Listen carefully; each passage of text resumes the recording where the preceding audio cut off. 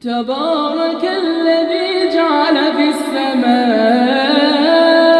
بروجا وجعل فيها سراجا وقمرا منيرا، وهو الذي جعل الليل والنهار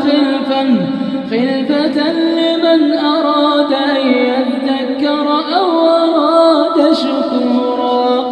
وعباد الرحمن الذين يمشون على الأرض هونا وإذا خاطبهم الجاهلون قالوا سلاما، والذين يبيتون لربهم سجدا وقياما، والذين يقولون